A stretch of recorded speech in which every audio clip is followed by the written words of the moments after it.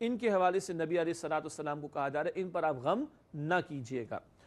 اس کے بعد ناظرین کرام تجزیہ پیش خدمت ہے، ہر آیت میں آنے والا موضوع ہم تجزیے میں آپ کے سامنے رکھتے ہیں۔ سورہ فاطر آیات 5 تا 8 کا تجزیہ۔ سب سے پہلے آیت نمبر 5، اللہ تعالیٰ کا وعدہ برحق ہے۔ پھر آیت نمبر 6، شیطان انسان کا دشمن ہے۔ اس کے بعد آیت نمبر 7، کفر اور ایمان کا انجام، دو بالکل متضاد باتیں ہیں، تو کافر کا اور صاحب ایمان کا انجام بھی بالکل مختلف ہوگا۔ اور آخری آیت، آیت نمبر 8، نیکی اور برائی کا انجام، نیکی اور برائی برابر نہیں تو دونوں کا انجام بھی برابر نہیں ہوگا، بالکل مختلف ہوگا۔ اللہ تعالی ہمیں نیک لوگوں میں شامل رکھے۔ ناظرین کرام الحمدللہ زیر مطالعہ آیات کا ترجمہ، ربط آیات، تعارف و تجزیے کا بیان مکمل ہوا۔ وقت آیات کی تشریح کا مطالعہ شروع کریں گے انشاءاللہ سورہ فاطر کی آیت نمبر 5 سے۔ اس مقام پر اللہ تعالی نے ارشاد فرمایا، یا ایھا الناس ان وعد اللہ حق فلا تغرنکم الحیاۃ الدنیا ولا یغرنکم باللہ الغرور۔ ترجمہ، اے لوگو بے شک اللہ کا وعدہ سچا ہے، تو ہرگز نہ ڈالے دھوکے میں تمہیں دنیا کی زندگی، اور ہرگز نہ ڈالے دھوکے میں تمہیں اللہ کے بارے میں بہت بڑا دھوکے باز شیطان۔ یہ آیت نمبر 5 کا ترجمہ ہے۔ دنیا کے دھوکے سے متنبع کیا جا رہا ہے اور شیطان کے بارے میں بتایا جا رہا ہے کہ وہ تمہیں دھوکے میں مبتلا نہ کر دے۔ تشریح کے حوالے سے پہلی بات، تمام انسانوں کو خبردار کیا جا رہا ہے۔ قرآن حکیم یا ایھا الذین آمنوا کا بھی خطاب بار بار اختیار کرتا ہے، اور کئی مرتبہ قرآن یا ایھا الناس، اے لوگوں سے بھی، ان تمام انسانوں سے بھی کلام کرتا ہے۔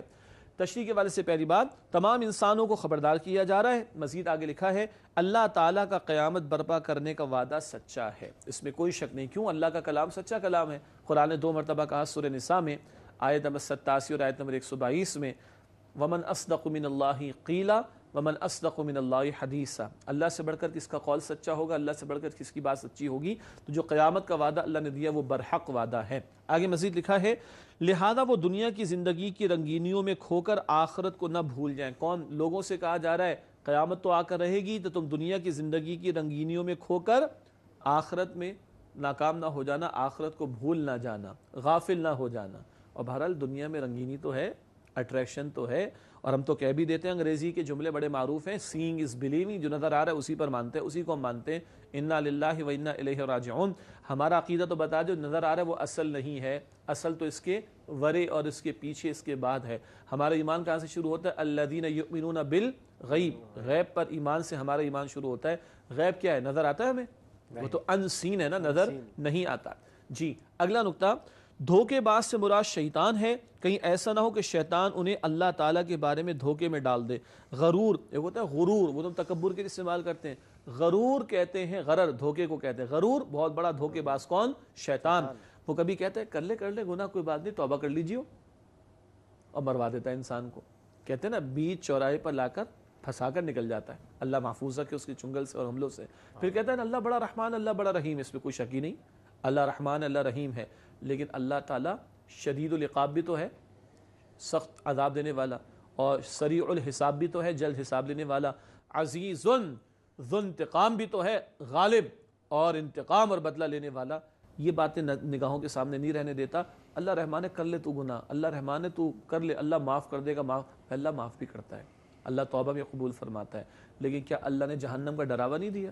اللہ نے باغیوں کے لیے، سرکشوں کے لیے جہنم کی آگ کا ڈراوا نہیں دیا؟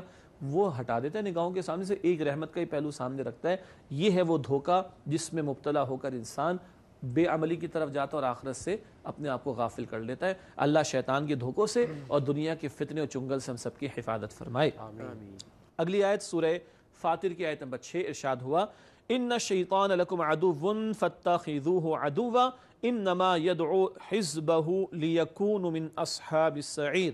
ترجمہ، بے شک شیطان تمہارا دشمن ہے تو تم بھی اسے دشمن سمجھو، بے شک وہ صرف اس لیے بلاتا ہے اپنے گروہ کو تاکہ وہ ہو جائیں بھڑکتی ہوئی آگ والوں میں سے۔ یہ آیت نمبر 6 کا ترجمہ، اللہ جہنم کی آگ سے ہم سب کی حفاظت فرمائے۔ اس آیت کی تشریح کی طرف چلتے ہیں۔ شیطان کی دشمنی کا تذکرہ آ رہا ہے۔ پہلا نقطہ تشریح کے حوالے سے، شیطان سے اس لیے آگاہ کیا جا رہا ہے کہ لوگ اس کے بہکاوے میں آ کر اللہ تعالیٰ سے غافل نہ ہوں۔ اور شیطان تو دشمن بنا ہوا ہے، اس نے تو وعدے کر رکھے ہیں یا دعوے کر رکھے ہیں کہ اللہ تیرے بندوں کو گمراہ کر کے چھوڑوں گا، ناشکرہ بنا کر چھوڑوں گا، اکثر کو جہنم میں۔ شیطان کی تو فائٹ یہ انسان سے۔ حسد کس سے ہوا تھا اس کو؟ آدم علیہ السلام سے۔ جب اللہ نے آدم علیہ السلام کو اپنا خلیفہ مقرر فرما دیا تو یہ حسد کا شکار ہو گیا اور راندہ درگاہ بھی ہوا، اللہ کی رحمت سے دور بھی ہوا، لیکن شیطان انسان کی دشمنی پر اتر آیا۔ تو اس کے تعلق سے چوکنا رہنے کو کہا جا رہا ہے ہم لوگوں کو۔